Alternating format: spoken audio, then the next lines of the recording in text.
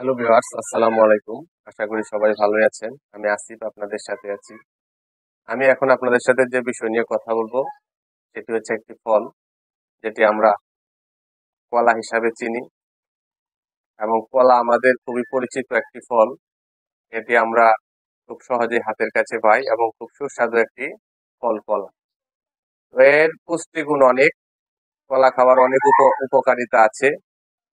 আমরা অনেকেই জানি, কিন্তু কি কি কাজ করে কলা আমাদের সুস্থতার জন্য সে সম্পর্কে আমরা অনেকেই জানি বা অনেকেই জানি না। তো আজকে এই কলার কয়েকটি পুষ্টিগুণ নিয়ে আপনাদের সাথে কথা বলবো।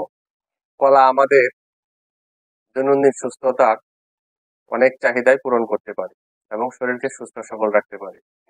কলা নিয়মিত যদি আমাদের খাদ্যের সাথে যুক্ত রাখি, কলা আমাদের অনেক উপকারে আসে। যেমন কলা আমাদের হার্টকে সুস্থ সবল রাখে, কলা আমাদের কিডনিকে সুস্থ সবল রাখে, কলা আমাদের মেজাজ এবং মন প্রফুল্ল এবং ভালো রাখে, কলা আমাদের রক্তচাপ কমাতে সাহায্য করে, কলাতে থাকা অ্যান্টিঅক্সিডেন্ট বিভিন্ন ধরনের ক্যান্সার প্রতিরোধ করতে সাহায্য করে। কলা আমাদের হজম শক্তি বাড়ায়।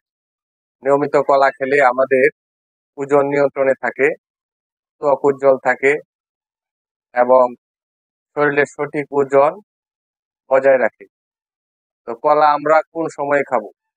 কলা খাওয়ার উপযুক্ত সময় বিশেষজ্ঞরা মনে করেন কলা খাওয়ার উপযুক্ত সময় হচ্ছে সকালে।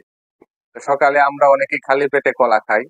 তো খালি পেটে কলা খাওয়ার চাইতে এর উপকারিতা বেশি কিছু খাওয়ার পর কলাটা যদি আমরা গ্রহণ করি বা খাই সকালবেলা, তাহলে সেটার উপকার বেশি পাবো।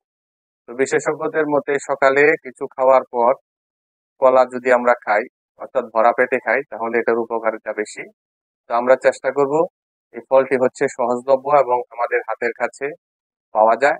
তো আমরা সকলেই চেষ্টা করব কলা খাবারের সাথে যুক্ত রাখার জন্য এবং সুস্থ সবল জীবনযাপন করার জন্য।